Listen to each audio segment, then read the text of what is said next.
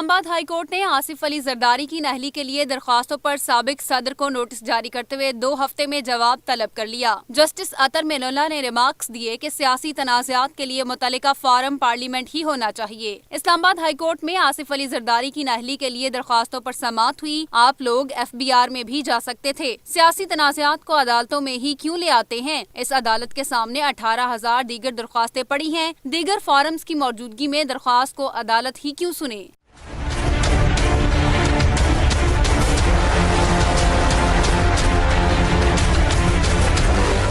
PTI रहनुमा उस्मान डार के वकील ने कहा, अमेरिका में फ्लैट कागजात नामजदगी में छुपाए गए हैं। जस्टिस अतर मेनुल्लाह ने रिमार्क्स दिए कि आप पनामा केस में सुप्रीम कोर्ट का फैसला पढ़ सकते हैं। आप पहले मुतमईन करें, अदालत के अलावा कोई और फॉरम मौजूद नहीं। केस की मजीद समाअत 2 हफ्ते बाद होगी।